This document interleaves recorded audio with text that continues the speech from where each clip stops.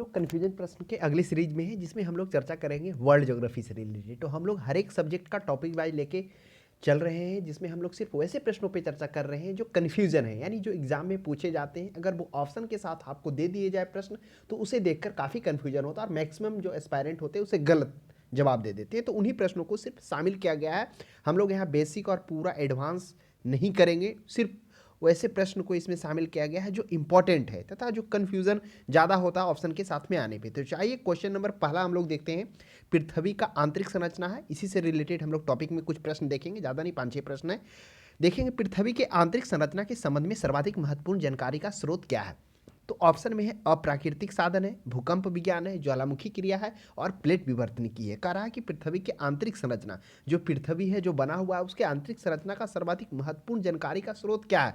तो देखिए पृथ्वी के आंतरिक संरचना से संबंधित प्रमाण दो प्रकार से बताए गए, एक अप्राकृतिक साधन और एक प्राकृतिक साधन। अप्राकृतिक साधन जिसमें आप कह सकते हैं कि साइंस ज्योग्राफी के आधार पर जिसमें घनत्व, दबाव और तापमान को देखा जाता है। प्राकृतिक साधन में मुख्यतः दो को प्रमुखता दिया गया, एक ज्वालामुखी क्रिया को और दूसरा भूकंप विज्ञान के साक्षी को।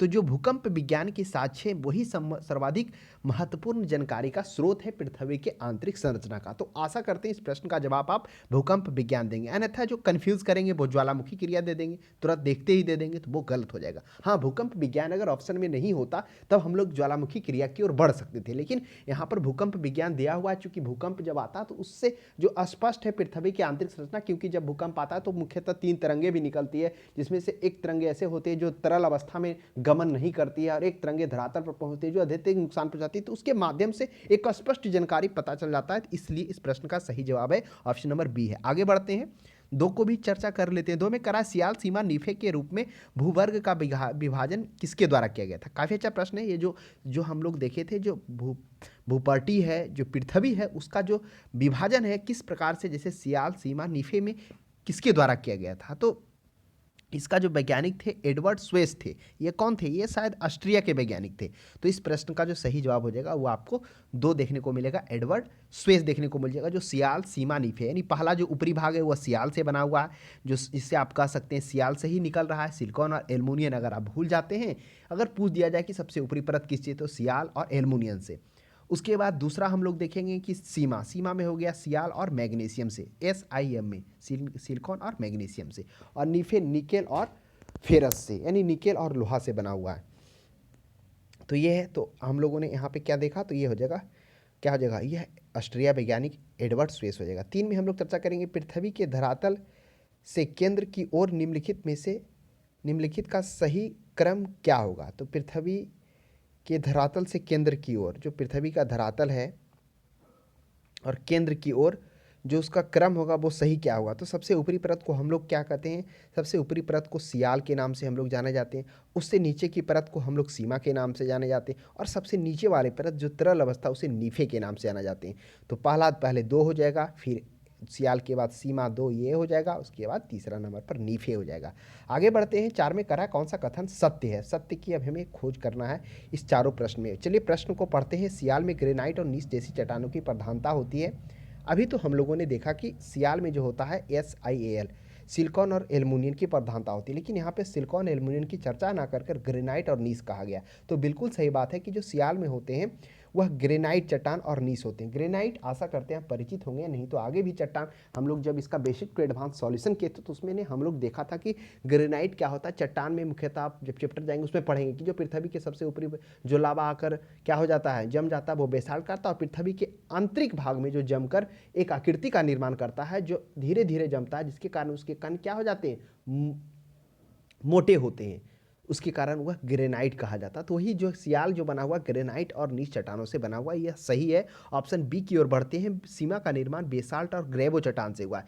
सियाल के नीचे सीमा है, अब सीमा का बेसाल्ट क्या था, याद करिए चट्टान में पढ़े थे कि जब पृथ्वी का लावा या मैग्मा पृथ्वी के भूपटल पर आकर जम जाता है तो वह जैसे ही वातावरण में आता है तो वह तेजी से जमता है, जिसके कारण इसके दाने महीन महीन होते हैं, सूक्ष्म होते हैं, जो बेसाल्ट के रूप में जाने जाते हैं।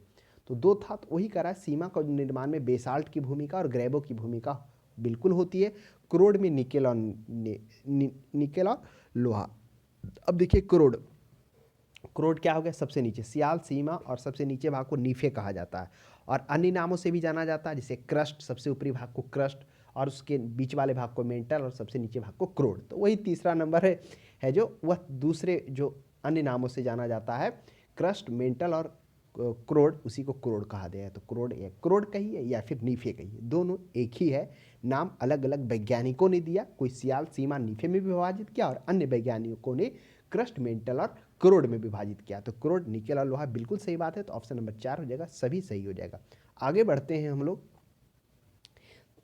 क्या है, भूपट्टी पर किस परत में बेसाल्ट जैसे बेसाल्ट चट्टानों की अधिकता होती? काफ़ी अच्छा प्रश्न है। ऊपर हम लोगों ने ऑप्शन में पढ़ा कि जो सियाल होता है उसमें जो मुख्यतः जो बना हुआ है वह बेसाल्ट ना ग्रेनाइट और नीस की चट्टानों से बना हुआ था, लेकिन यहाँ बेसाल्ट पूछा है। तो आप ठीक उसके नीचे जाइए, सियाल के नीचे सियाल के सीमा में जाइए, तो सीमा में आपको बेसाल्ट और ग्रेवो चट्टानों की प्रमुखता देखने को मिलेगी। तो 4 का क्या हो जाएगा? इस प्रश्न का जो सही जवाब हो जाएगा, बेसाल्ट चट्टानों की अधिकता है ना, तो वह बी हो जाएगा। चलिए आगे बढ़ते हैं हम लोग। पृथ्वी के किस भाग में निकेल और लोहा की प्रधानता होती है? आशा करते हैं आपको परिचित होगा कि जो है पृथ्वी का जो विभाजन है वह 2-3 वैज्ञानिकों के द्वारा अलग अलग किया गया। एक जो स्विस थे, एडवर्ड स्विस, उन्होंने बताया कि क्या होता है, पहले ऊपरी भाग को सियाल कहते हैं, उससे नीचे भाग को सीमा कहते हैं, और ठीक उससे नीचे भाग के तीसरे भाग को नीफे कहते हैं। तो कह रहा है कि जो सब निकेल और लोहा, जो सबसे नीचे भाग में नीफे, एनआई से निकेल हो गया, एफई से फेरस हो गया, यानी कि फेरियम हो गया, जो लोहा होता है, तो निकेल और लोहा से बना होता है वह सबसे नीचे वाले भाग नीफे कहते हैं। अन्य वैज्ञानिकों ने जो बताया वह क्या, उसने भी पृथ्वी को 3 भागों में बांटा। सबसे ऊपरी भाग को उन्होंने क्रस्ट कहा, बीच वाले भाग को उन्होंने मेंटल कहा, और सबसे नीचे वाले भाग को उन्होंने क्रोड कहा। तो ठीक उसी प्रकार अगर क्रस्ट का भी विभाजन करेंगे तो सिलिकॉन एल्युमिनियम का, मेंटल का भी करेंगे तो सिलिकॉन मैग्नीशियम का, और सबसे नीचे क्रोड का करेंगे तो निकेल और फिर लोहा का। तो ये चीज़ों को आपको ध्यान में रखना है। नेक्स्ट हम लोग देखेंगे 7 नंबर में, पृथ्वी की सबसे ऊपरी परत के सर्वाधिक सियाल शब्द का प्रयोग किसने किया था? कह रहा है जो पृथ्वी के सबसे ऊपरी परत है, सर्वप्रथम जो उसके लिए सियाल शब्द का प्रयोग है, किन वैज्ञानिकों ने किया था?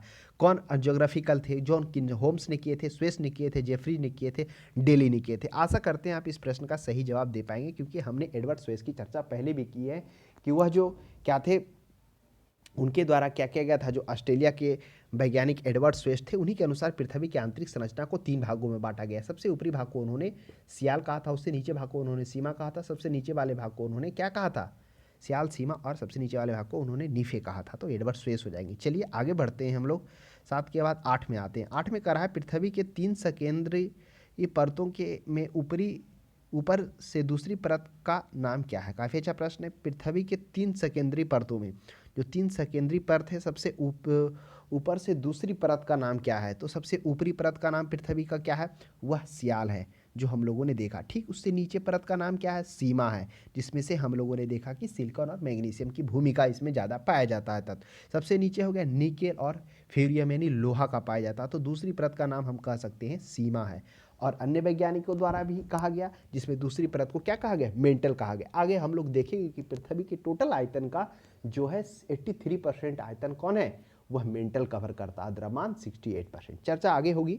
9 में हम लोग देखते हैं पृथ्वी के केंद्र में पाए जाने वाला चुंबकीय पदार्थ। चुंबकीय पदार्थ आपको पता होगा, लव चुंबकीय, अनुचुंबकीय, प्रतिचुंबकीय, सभी का अध्ययन हम लोगों ने भौतिक विज्ञान में काफ़ी अच्छे से किया है। तो चुंबकीय के लिए लव का होना, निकेल का होना आवश्यक है। तो कहाँ हो जाएगा? यह हो जाएगा ऑप्शन नंबर सी हो जाएगा कि चुंबकीय जो पदार्थ है निकेल और यहाँ पे लोहा पाया जाता है। तो 9 का क्या हो जाएगा? सी हो जाएगा। आगे बढ़ते हैं। स्वेस वैज्ञानिक वही एडवर्ड स्वेस जो ऑस्ट्रेलिया के थे। स्वेस ने पृथ्वी के आंतरिक भागों को 3 भागों में बांटा। उनके विभाजन में नहीं है। जो 3 भागों में उन्होंने बताया है, कौन उनके विभाजन में नहीं है? तो पहला उन्होंने सियाल बताया, उसके बाद के भाग को, उसके नीचे वाले भाग को, जिस प्रकार से इस प्रकार से हम पृथ्वी लेते हैं, सबसे ऊपरी भाग को सियाल, उससे नीचे भाग को सीमा, और सबसे नीचे भाग को नीफे लिया। तो सब स्ट्रेटम, ये इन्होंने इसके विभाजन का भाग नहीं है। तो ऑप्शन डी हो जाएगा। चलिए स्थल मंडल का तात्पर्य क्या है? काफ़ी अच्छा प्रश्न है। अब कह रहा स्थल मंडल से आप क्या समझते हैं? ऑप्शन में है कि पृथ्वी का क्या यह आंतरिक भाग है, पृथ्वी का यह मध्यवर्ती भाग है, पृथ्वी का ऊपरी भाग है, पृथ्वी का बाह्य पपड़ी है। 2 तो आप रिमूव कर लेंगे, ऑप्शन ए और ऑप्शन बी। आप थोड़ा सा कन्फ्यूजन होंगे सी में, क्योंकि ये पृथ्वी का ऊपरी भाग कहा है, तो आपको कुछ समय के लिए लगेगा कि बिल्कुल ये सही है। फिर आप डी पढ़ेंगे तो फिर यहाँ कन्फ्यूज करेंगे कि पृथ्वी का बाह्य पपड़ी है, तो यहाँ पर स्थल मंडल पूछा है, तो थोड़ा सा ध्यान रखेंगे। स्थल मंडल है तो पृथ्वी का जो बाह्य पपड़ी है, जो पृथ्वी है ना सबसे ऊपर वाले चट्टान, जो मुख्यतः आप क्रस्ट का कुछ भाग और मेंटल का कुछ भाग आएगा। आगे हम लोग देखेंगे कि स्थल मंडल का निर्माण किसा क्या हुआ, उसमें क्रस्ट का भी भाग आया है, मेंटल का भी भाग आया है, उन सभी को मिलाकर ये बना है। तो ये हो जाएगा पृथ्वी का जो बाह्य पपड़ी है, इस स्थल मंडल का तात्पर्य मुख्य रूप से वही है। अगर बाह्य पपड़ी ना होता तब हम लोग सी पर विचार करते। देखिए किस तरह से ऑप्शन क्लोज दिया जाता और यहीं पे गलतियां होती है। 12 में देखिए स्थल मंडल की मोटाई भूकंपीय तरंगों के आधार पर कितनी मापी गई है। अब कह रहा है जो स्थल मंडल है उसकी जो मोटाई है किसके आधार पर, भूकंपीय तरंगों के आधार पर कितनी मापी गई है। प्रश्न काफ़ी अच्छा है। तो स्थल मंडल की मोटाई, अगर आप क्रस्ट की मोटाई देखेंगे तो क्रस्ट की जो मोटाई है वह 30 सेंटीमीटर, मतलब 30 लिया गया है। आप इसे 30 क्या कहिए, किलोमीटर कहिए, 30 किलोमीटर के आसपास। हालांकि उसके बाद में क्या होता है, मोह असंबंधता पाई जाती है। असंबंधता क्या होता है कि जैसे ही आप नीचे जाएंगे तो चट्टान के जो घनत्व होगा ना, उस घनत्व में आपको परिवर्तन देखने को मिलेगा, वो ज़्यादा डेंसिटी हो जाएगा, तो उसी के कारण वो असंबंधता होता है। तो वह जो यहाँ पर करा है भूकंपीय तरंगों के आधार, वह लगभग 100 किलोमीटर का लिया गया है। यही 100 किलोमीटर के आसपास में क्या होता है, स्थल मंडल आता है, जिसमें आप कह सकते हैं कि क्रस्ट का ऊपरी भाग, फिर क्रस्ट का तो भाग आया ही आया, फिर मेंटल का भी ऊपरी भाग कुछ ग्रहण कर लेता है, क्योंकि मेंटल की जो आप देखेंगे कि जो कवर करता है क्षेत्रफल, वह 30 से 2900 किलोमीटर के बीच के क्षेत्रफल को ही मेंटल कहते हैं हम लोग। तो ये हो गया 100 किलोमीटर ही इस प्रश्न का सही जवाब हो जाएगा। हाँ, अगर 100 नहीं होता तो 80 पे भी विचार करते, तो यही एवरेज 80 से 100 के बीच में स्थल मंडल की मोटाई भूकंप तरंगों के आधार पर होती है। आगे देखेंगे निम्नलिखित में से किस परत को बेरी स्फीयर किया जाता है। आगे हम लोग देखेंगे कि जो बेरी स्फीयर होता है, पृथ्वी का जो सबसे निचला है ना भाग, जिसे हम लोग कोर कहते हैं, उसी को बेरी स्फीयर के नाम से जाना जाता है। चलिए आगे पढ़ते हैं। ऑप्शन क्या कर रहा है, क्या वायुमंडल का सबसे ऊपरी परत है? बिल्कुल नहीं, वायुमंडल का तो सबसे ऊपरी परत हम लोग वायुमंडल के रूप में जानते ही हैं। क्षोभ मंडल जो होता है वह पृथ्वी के समीप सबसे, जहाँ पे वातावरण परिवर्तन होता रहता है, बारिश होता है, क्षोभ मंडल होता है। यहाँ वायुमंडल का सबसे ऊपरी परत है, बिल्कुल गलत है, बेरी स्फीयर। पृथ्वी का सबसे ऊपरी परत है, यह भी गलत है। पृथ्वी का सबसे ऊपरी परत हम लोग भूमंडल स्थलमंडल के रूप में जाने, जो पृथ्वी का सबसे बाहर पपड़ी है। पृथ्वी का आंतरिक परत, हाँ ये सही है, क्योंकि बेरी स्फीयर होता है, जो क्रोड होता है उसी को बेरी स्फीयर के नाम से जाने जाते हैं, तो ये पृथ्वी का आंतरिक परत हो जाएगा। चलिए आगे बढ़ते हैं। 14 में आते हैं। धरातल के भूगर्भ की ओर जाने पर गहराई के साथ साथ तापमान में वृद्धि दर क्या होती है? अभी तक तो हम लोगों ने यह जाना कि पृथ्वी के ऊंचाई पर जाते हैं तो तापमान में गिरावट आती है। वो गिरावट क्या होता है, 165 मीटर पर 1 डिग्री सेंटीग्रेड की तापमान में, यानी कि आप ऊपर जा रहे हैं तो इतना क्या आ जाएगा, तापमान में गिरावट देखने को मिलेगा। लेकिन क्या पृथ्वी के भूगर्भ में भी जाने पे ऐसा होता? नहीं। अगर आप पृथ्वी के भूगर्भ में जा रहे हैं, नीचे जा रहे हैं धरातल के, तो आपको तापमान में वृद्धि देखने को मिलेगा। वह वृद्धि क्या होता है, 32 मीटर पर आप गहराई में जाएंगे खोद कर नीचे, तो 1 डिग्री सेंटीग्रेड तापमान में वृद्धि देखने को मिलेगा। क्या यह कंटिन्यू यही प्रोसेस होता? नहीं। यह जो 32 मीटर पर जाने पर 1 डिग्री सेंटीग्रेड की जो कमी देखने को मिलता है, यह सिर्फ 100 किलोमीटर के आसपास में आपको ये प्रथम 100 किलोमीटर की गहराई में अगर आप जैसे ही 32 के बाद जाएंगे और 100 किलोमीटर तक आप गहराई तक जाएंगे, तो वहाँ पर थोड़ा सा जो वृद्धि दर है उसमें गिरावट देखने को मिलेगा। फिर प्रति किलोमीटर पर 12 डिग्री सेंटीग्रेड तापमान में कमी आएगा। अब क्या यह लगातार चलता रहता है? नहीं। 100 किलोमीटर, 100 से ऊपर ही जैसे ही जाएंगे आप 300 किलोमीटर तक, तब वहाँ प्रति किलोमीटर पर 1 डिग्री सेंटीग्रेड तापमान में वृद्धि देखने को मिलेगा। तो ये तो था थोड़ा सा उसका अराउंड जो पूछा भी जा सकता है, तो आप ध्यान में रखेंगे इन चीज़ों को। नेक्स्ट 15 में आते हैं। पृथ्वी की आंतरिक संरचना के अनुसार भूगर्भ का विभाजन क्या किया गया? भूपटल में किया गया, मेंटल में किया गया तथा कोर में किया गया। बिल्कुल सही है। अब देखिए हम लोगों ने अभी देखा था कि जो पृथ्वी के जो विभाजन है वो 3 भागों में किया गया था, जिसमें कौन, ऑस्ट्रिया जो वैज्ञानिक के थे, एडवर्ड स्वेस थे, उन्होंने क्या बताया था, सबसे ऊपरी भाग को उन्होंने सियाल कहा था, उससे नीचे वाले भाग को उन्होंने सीमा कहा था, और ठीक उसके नीचे वाले भाग को उन्होंने नीफे कहा था। अब आता है प्रश्न की भूपटल, जिसे हम लोग क्रस्ट कहते हैं, मेंटल और कोर, यह किस वैज्ञानिक के द्वारा विभाजन किया था? तो वैज्ञानिक का नाम वो ग्रांट थे। ग्रांट ने क्या कहा था, क्रस्ट, मेंटल और नीफे के बारे में विभाजन किया था पृथ्वी का। यही 2 विभाजन हम लोग देखते हुए चलेंगे और जानेंगे कि किसमें किसकी क्या भूमिका होती है, चाहे वो चट्टान हो चाहे यह तत्व हो। चलिए 16 में आते हैं। निम्नलिखित में से कौन सा कथन असत्य है? अब हमें असत्य की पहचान करना। ऑप्शन ए को पढ़ते हैं कि भूपटल, जिसे क्रस्ट कहते हैं, की औसत मोटाई 33 किलोमीटर है। थोड़ा सोचिए, भूपटल क्या था? भूपटल वो भाग था जो पृथ्वी का सबसे बाह्य पपड़ी था। एक ऑप्शन था ना, पृथ्वी का बाह्य भाग, पृथ्वी का सबसे ऊपरी सतह और बाह्य पपड़ी, तो वही कहला रहा था भूपटल। तो जो उसकी मोटाई है, जो क्रस्ट वाले जो भाग है ना, जो ग्रांट के द्वारा विभाजन किया गया है पृथ्वी के आंतरिक भागों का, वही क्रस्ट जो है उसकी मोटाई मतलब कहिए वही मोटाई लगभग 33 किलोमीटर, ये लगभग है तो 30 से 33 बिल्कुल सही बात है, वो क्रस्ट आता है। उसके नीचे क्या आता है, मेंटल आता है। अब बी में क्या करा, क्या मेंटल है, नहीं, बी में करा महाद्वीपीय भाग में भूपटल की मोटाई अधिक होती है जबकि महासागरीय भाग में छिछला होता है। थोड़ा सा विचार करिए, महाद्वीप है और महासागर है, तो महाद्वीप भाग में भूपटल की मोटाई अधिक होती है, बिल्कुल सही है प्रश्न। और जबकि महासागरीय में छिछला होता है, यानी थोड़ा कम होता है मोटाई। तो क्यों होता, अगर वही आप भूपटल में ये आप देखेंगे महाद्वीप में, तो वह महासागर जो होगा वह 4 से 7 किलोमीटर तक उसके औसत मोटाई में कमी देखने को मिलेगा। जो औसत मोटाई आपको महाद्वीपीय में 35 मिलेगा, वह 4 से 7 यहाँ पर औसत मोटाई 4 से 7 ही किलोमीटर तक देखने को मिलेगा। तो यह प्रश्न जो ऑप्शन बी में कहा गया है कथन, वो बिल्कुल सही है कि महाद्वीप भाग में भूपटल की मोटाई अधिक होती है और महासागरीय भाग में छिछला होता है, लेकिन डेंसिटी में अपोजिट है। डेंसिटी किसका ज़्यादा होगा, वह महासागरीय भाग का ही घनत्व ज़्यादा होगा। तो इन चीज़ों को भी ध्यान में रखना है। आपको अगर कन्फ्यूजन करना चाहेगा या फिर आपको अच्छे से नहीं पता हो तो इस प्रश्न का बिल्कुल जवाब गलत दे देंगे। यहाँ पर तो आपको पता रहेगा कि भूपटल पर मोटाई अधिक होता है और महासागरीय थोड़ा छिछला होता है, कम होता है।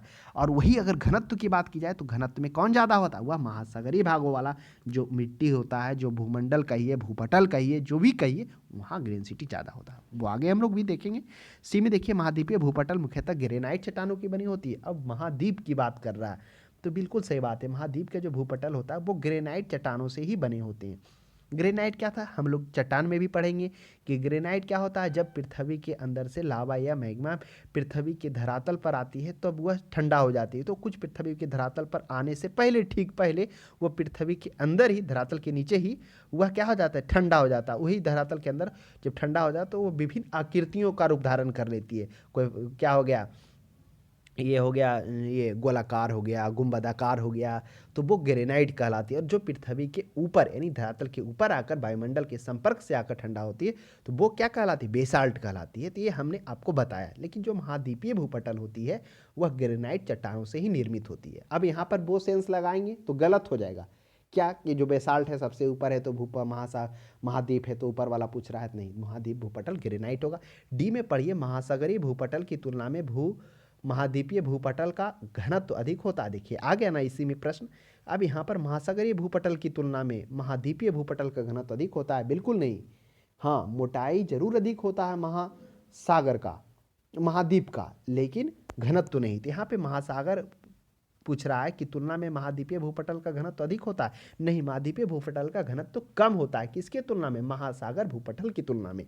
तो ये काफ़ी है, तो यही गलत है, जवाब असत्य है। ऑप्शन नंबर डी की ओर बढ़ेंगे हम लोग। 17 में देखिए, महासागरीय सतह का निर्माण किस प्रकार के चट्टानों से हुआ है। काफ़ी अच्छा प्रश्न है। अब करा महासागरीय सतह का निर्माण, अभी हम लोगों ने अध्ययन किया था ऊपर कि महाद्वीप अगर महासागर, महाद्वीप की बात की जाए तो महाद्वीप जो मुख्यतः जो निर्माण हुआ है भूपटल का वह ग्रेनाइट चट्टानों से हुआ है, लेकिन जो महासागरीय है वह जो हुआ है वह बेसाल्ट की भूमिका उसमें रही है। तो ऑप्शन नंबर बी मारेंगे हम लोग। ग्रेनाइट बेसाल्ट दोनों हम लोगों ने समझा। कभी कभी तो यह भी पूछ दिया जाता है बेसाल्ट में महीन दाना होता है या मोटे दाने होते हैं। तो बेसाल्ट क्या होता है, सोचिए बेसाल्ट कब बनता है, जब लावा मैग्मा पृथ्वी के धरातल के ऊपर आकर जमते हैं, वायुमंडल में आते हैं तो तेजी से जमते हैं। किसके तुलना में, जो पृथ्वी के आंतरिक भाग में जमते हैं, तो इसके कारण वो ऊपर आते हैं तो महीन महीन दानों का निर्माण होता है।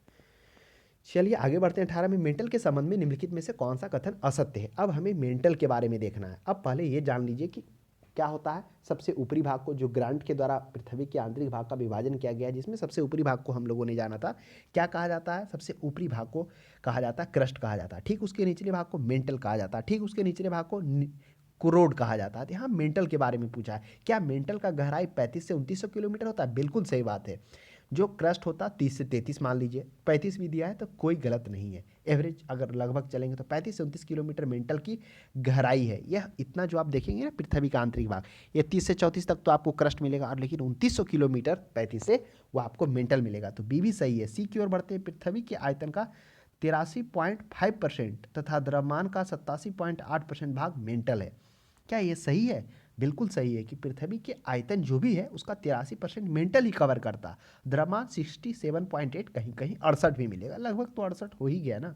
तो यह भी सही है। इसका घनत्व तो 3.0 से 5.5 तक है।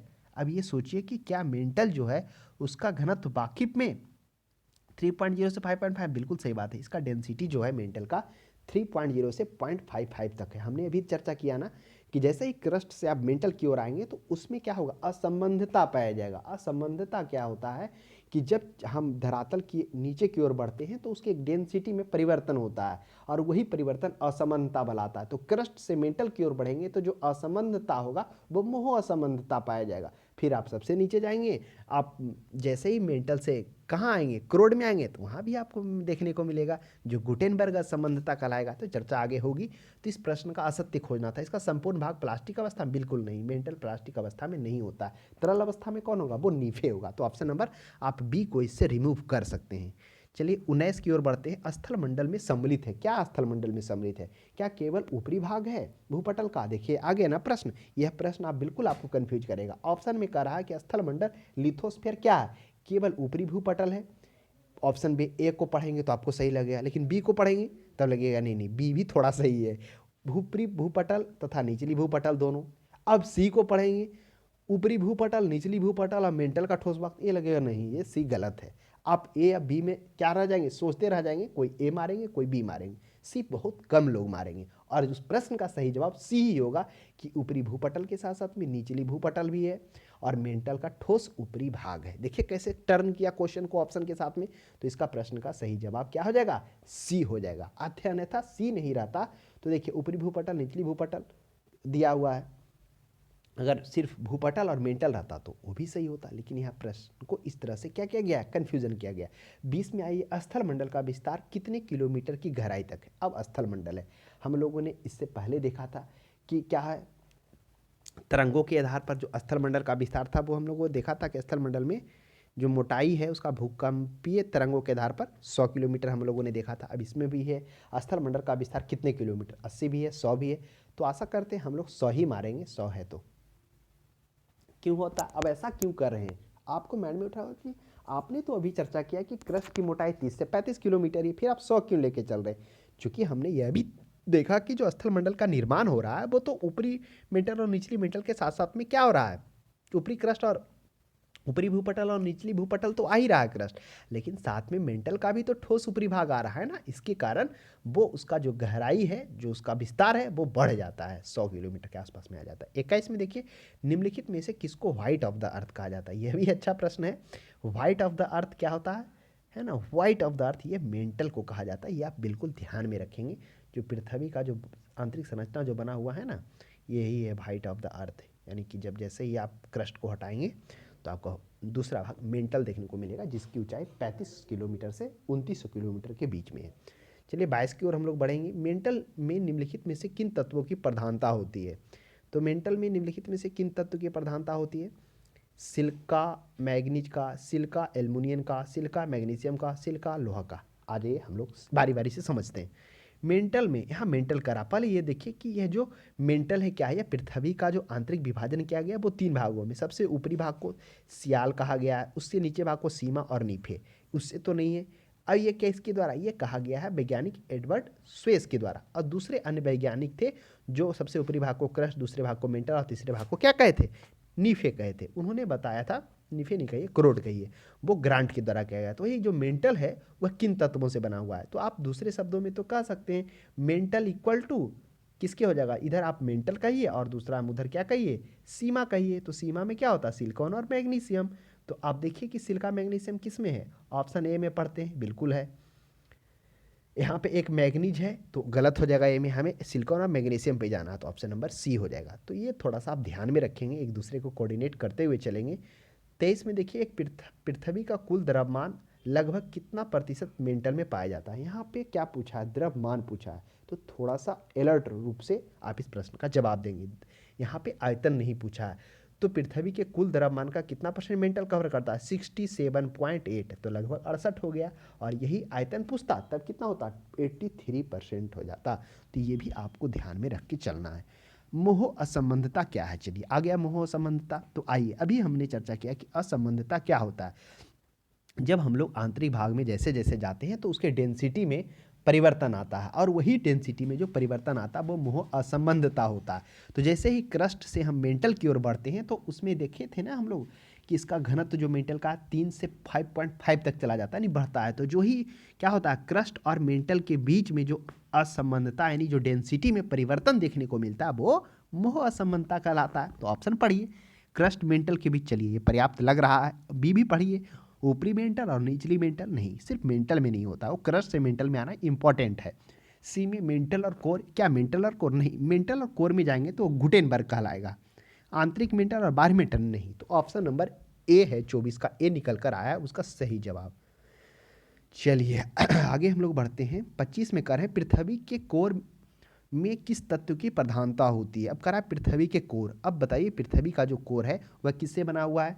तो हमने देखा जो ग्रांट वैज्ञानिक थे उनके द्वारा पृथ्वी का जो आंतरिक विभाजन किया गया था, क्रोड, सबसे ऊपरी भाग को क्रोड कहा गया था और उससे बीच वाले भाग को क्या कहा गया था, क्रोड हो गया, और उसके बीच वाले भाग को मेंटल कहा गया, सबसे नीचे वाले भाग को कोर ये कहा गया, क्रोड, कोर, वही कोर है दिया हुआ जिसे क्रोड हम लोग कहते हैं। सबसे ऊपरी भाग को क्रस्ट कहा गया, बीच वाले को मेंटल कहा गया और सबसे नीचे वाले भाग को कोर कहा गया। ये कहा गया था जो ग्रांट के द्वारा, तो उन्हीं के द्वारा कहा कोर किस तत्व का, तो कोर इक्वल टू नीफे, क्योंकि जो वैज्ञानिक स्विस थे एडवर्ड स्विस, उनके द्वारा भी पृथ्वी के आंतरिक भागों को 3 भागों में बांटा गया था। तो उन्होंने सियाल सीमा नीफे बताया, तो नीफे में निकेल और लोहा का होता है। तो ऑप्शन नंबर डी की ओर बढ़ेंगे हम लोग। 26 में देख लीजिए, निम्नलिखित में से कौन सा असत्य, हमें असत्य को खोजना है। महाद्वीप मुख्यतः ग्रेनाइट चट्टानों से निर्मित होता है। थोड़ा सा ध्यान दीजिए, यहाँ महाद्वीप की चर्चा कर रहा है, क्या महाद्वीप में ग्रेनाइट था, विचार करिए। बिल्कुल, जो महाद्वीप था वह जो है ग्रेनाइट से था, यह सही है। महासागरीय बेसिन में बेसाल्ट चट्टान की प्रधानता होती थी, यह भी सही है। तो दोनों को ध्यान में रखेंगे, महाद्वीप मुख्यतः जो है उप चट्टान बनेंगे ग्रेनाइट से, महाद्वीपीय बनेंगे। अंतर क्या था महाद्वीप और महासागर में, ये अंतर था कि महाद्वीप की जो औसत मोटाई थी, भूपटल की मोटाई कही, वो अधिक थी, लेकिन डेंसिटी की बात किया तो अंतर था, महासागरीय का ज़्यादा था महाद्वीप की तुलना में। तो ये दोनों को ध्यान में रखते हुए सीमाएं, कोर को बेरिस्फीयर के नाम से, बिल्कुल सही बात है, कोर को बेरिस्फीयर के नाम से जाना जाता है। अब हम लोग यहाँ देखने, समस्त आयतन का, पृथ्वी के समस्त आयतन का 68% एवं द्रव्यमान का 83% मेंटल में व्याप्त है। अब एक नज़र में तो आपको सही लगेगा, लेकिन ध्यान से पढ़ेंगे, यहाँ द्रव्यमान कर रहा है, क्या 68% आयतन का 68% है, नहीं, वो जो आयतन है मेंटल वह पृथ्वी के कुल आयतन का कितना है, वह 83% है, यानी ये वाला ये क्या होना चाहिए, ये वाला यहाँ होना चाहिए, और द्रव्यमान है वह 67.8%, 68% ये, तो इसलिए ऑप्शन नंबर डी गलत है। भूगर्भ में तापमान वृद्धि का कारण क्या है। अब आप सोचिए, क्या तापमान में वृद्धि क्यों होता है, हम पृथ्वी के आंतरिक भाग में बढ़ते हैं धीरे धीरे, तो प्रथम 32 किलोमीटर में जाने पर 1 डिग्री सेंटीग्रेड तापमान, अगर इसी तरह हम 100 किलोमीटर में जाते हैं तो प्रति किलोमीटर पर 12 डिग्री सेंटीग्रेड तापमान में वृद्धि देखने को मिलता है। हालांकि वृद्धि दर जो होता है उसमें गिरावट आता है, लेकिन वो बढ़ ही रहा है ना। तो किसके कारण, दबाव तो एक कारण है ही है, साथ में रेडियो सक्रिय पदार्थ का भी विखंडन है, क्योंकि आप जैसे जैसे जाएंगे तो बहुत सारे रेडियो सक्रिय पदार्थ भी मिलेगा, वो भी एक कारण बनता है तापमान को वृद्धि करने में। तो दोनों इंपॉर्टेंट है, उपयुक्त ए और बी दोनों हो जाएगा सही। चलिए 28 की ओर हम लोग बढ़ते हैं। कारा गहराई में वृद्धि के अनुसार महाद्वीपीय भूपटल के विभिन्न परतों का सही क्रम क्या है। काफ़ी अच्छा प्रश्न है। अब देखिए कहा कि महाद्वीपीय भूपटल के विभिन्न परतों का सही क्रम क्या है सही क्रम। तो थोड़ा सा यहाँ भी आपको गौर करना है, हड़बड़ाना नहीं है, नहीं तो गलत हो जाएगा। महाद्वीप है, नहीं महासागर है। अगर महासागर रहता तब हम लोग विचार करते, क्योंकि महासागर जो बेसाल्ट से बना हुआ है, तो यहाँ गहराई में वृद्धि के अनुसार, तो देखिए महाद्वीप में सबसे ऊपरी भाग में जो है भूपटल के वह परतदार चट्टान होता है, ठीक उसके बाद ग्रेनाइट से बना होता है, और उसके बाद बेसाल्ट होता है, क्योंकि बेसाल्ट जो था वो मुख्य रूप से महासागरीय भूपटल में पाया जा रहा था। और महासागरीय भूपटल क्या था, वह महासागरीय भूपटल महाद्वीपों की तुलना में छिछला था, कम था, मोटाई भी कम था। हाँ, डेंसिटी जरूर अपोजिट था, डेंसिटी महासागर का ही ज़्यादा था महाद्वीप की तुलना में। तो लेकिन यहाँ पर पूछा है सही क्रम बताइए वृद्धि के अनुसार। तो परतदार, ग्रेनाइट और बेसाल्ट, ये हम लोगों ने यहाँ पे देखा। तो क्या हो जाएगा, 28 का बिल्कुल ए सही जवाब हो जाएगा। चलिए आ जाइए 29 में, भूपट्टी में पाए जाने वाले विभिन्न तत्वों का सही अवरोही क्रम। यहाँ पे अवरोही है, अवरोही मतलब होता है घटते क्रम, सबसे ज़्यादा। अब क्या होता है, सबसे ज़्यादा देखिए यहाँ पर ऑक्सीजन, सिलिकॉन, लोहा, एल्युमिनियम है, तो सबसे ज़्यादा जो है ऑक्सीजन पाया जाता है, वो 46% आपको ऑक्सीजन का मात्रा मिलेगा भूपट्टी पर। उसके बाद सिलिकॉन में आ जाइए, क्या सिलिकॉन की क्या भूमिका है, तो वह सिलिकॉन आपको 28% देखने को मिलेगा। एल्युमिनियम की भूमिका क्या है, 8%, लोहा 6%। तो ये है अवरोही क्रम, सबसे ज़्यादा ऑक्सीजन, उसके बाद 28% सिलिकॉन। ऑक्सीजन का कितना था हम लोगों ने चर्चा किया, 46%, 28 ये, एल्युमिनियम 8 और लोहा 6। यही है अवरोही क्रम, यानी घटते हुए क्रम। अवरोही है ना, घट रहा है, आरोही में बढ़ना होता है। चलिए आगे देखिए 30 में, पृथ्वी के भूपट्टी पर कौन सा तत्व प्रचुर मात्रा में पाया जाता है। सोचिए आप, यहाँ भूपट्टी की बात कर रही है, क्या पाया जाएगा। अब भूपट्टी पर अभी हम लोगों ने देखा सबसे ज़्यादा ऑक्सीजन होता है। अब ऑक्सीजन के बाद दूसरे नंबर पर कौन है, 28% सिलिकॉन है। क्या सिलिकॉन है ऑप्शन में, सिलिकॉन भी नहीं है। तीसरे नंबर पर 8% एल्युमिनियम है। तो बिल्कुल हम एल्युमिनियम के साथ में जा सकते हैं, और इस प्रश्न का सही जवाब एल्युमिनियम ही होगा। तो इस तरह से ये तीसरा नंबर का देखिए पूछ गया, यानी वो जानना चाह रहा है कि आपको ये पता है क्रम की नहीं। अगर पता नहीं रहेगा तो गलत जवाब दे देंगे। 31 में देखिए, धरातल में मोह असंबंधता की गहराई लगभग कितनी है। अब देखिए मोह असंबंधता आ गया, तो पहले ये जानिए कि मोह असंबंधता कहाँ पे होता है। जब हम लोग मेंटल से कोर की ओर जाते हैं, तो वही मेंटल और कोर के बीच जो डेंसिटी में परिवर्तन देखने को मिलता है, वो मोह असंबंधता कहलाता है। तो मोह असंबंधता कहाँ होगा। अच्छा, मोहो है ना, एक और प्रश्न। अच्छा, मोहो तो हम लोग पहले ही देखे थे, ये तो गुटेनबर्ग होता है ना मेंटल से कोर। तो मोहो है तो बिल्कुल आपको क्रस्ट और मेंटल के बीच में, जैसे क्रस्ट से मेंटल में जाएंगे तो आपको 30 किलोमीटर के आसपास में ये असमानता देखने को मिलेगा। तो बिल्कुल 30 आप मारेंगे इसमें। 32 में देखिए, पृथ्वी के ग्रह की संरचना में प्रवार मेंटल के नीचे क्रोड निम्नलिखित में से किस एक से बना है। काफ़ी अच्छा प्रश्न है। अब करा पृथ्वी का जो संरचना है उसके में जो मेंटल के नीचे क्रोड है। अब क्रोड किससे बना हुआ है, निकेल और फेरियम से, लोहा से बना हुआ है। निकेल नहीं है, लोहा है। बिल्कुल लोहा के साथ आप जाइए, सही जाएगा आपका। बलन क्रिया किसका परिणाम, बलन क्या होता है। बलन सोचिए, बलन का मतलब क्या है, भूपटल का जो आंतरिक शक्ति से जो चट्टानों में जो मोड़ पड़ने को ही बलन कहते हैं। जो आंतरिक शक्ति के कारण चट्टानों में जो मोड़ पड़ता है, और वही जब देखते हैं बलित पर्वत, हिमालय क्या है, बलित पर्वत है। वही बलन के कारण ना उस हिमालय पर्वत का नाम हुआ। इधर से भी क्या हो गया, दबाव पड़ा। इधर से भी पहले क्या था, दो प्रकार की चट्टानें थी, है ना, ये एक गोंडवाना लैंड और एक अंगारा लैंड। धीरे धीरे क्या हो गया, यहाँ पर धीरे धीरे दबाव बढ़ा, और उसमें बलन की क्रिया हुआ आंतरिक शक्ति कारण, फिर बलन के कारण बलनकारी। तो आप कह सकते हैं ऑप्शन नंबर सी, पर्वत निर्माणकारी बल परिणाम इसका होता है, चूंकि हिमालय बलित पर्वत का उदाहरण है। आगे आ जाइए 34 में, मिश्रित धातुओं और सिलिकेटों से बनी धरती की परत कहलाती है, क्या कहलाती है। अब कह रहा सिलिकेटों से और धातुओं से बनी। सोचिए थोड़ा, सियाल है, सीमा है, पिरवाल है, नीफे। अब कह रहा है मिश्रित धातुओं और सिलिकेटों से बनी धरती की परत क्या कहलाती है। तो धरती की जो परत है वो क्या कहलाएगा, सबसे ऊपर सियाल है। अब यहाँ पे उठ रहा है कि यहाँ पे सिलिकेट पूछ दिया है, तो आप देखिए कि सिलिकेट वही सिलिकॉन हो गया। तो सिलिकॉन एल्युमिनियम का तो ऊपरी वाला भाग सियाल था, उसके बाद सीमा था। तो बिल्कुल आप इसके साथ में आप क्या सकते हैं, सियाल के साथ में जा सकते हैं कि ऊपरी परत, धरती का परत पूछा है तो परत तो मुख्य रूप से पहले सियाल ही आएगा ना। हाँ, मेंटल का कुछ भाग जरूर आ रहा था। गुटेनबर्ग असमानता निम्नलिखित में से किंतु पर, तो देखिए गुटेनबर्ग आ गया ना। तो गुटेनबर्ग है जब हम लोग मेंटल से कोर की ओर जाते हैं, तब उसके बीच में जो डेंसिटी में असमानता, डेंसिटी में जो परिवर्तन देखने को मिलता है वही असमानता होता है। तो वह मेंटल से कोर में बढ़ेंगे तो गुटेनबर्ग असमानता। तो ऑप्शन नंबर बी के साथ में आप जाएंगे और बिल्कुल ये सही होगा। तो ये तो था हमारा आंतरिक, पृथ्वी की आंतरिक संरचना से रिलेटेड कुछ प्रश्न था। सभी प्रश्नों पे हम लोगों ने चर्चा कर ली है, सभी दृष्टिकोण से। आशा करते हैं आपको अच्छा लगा।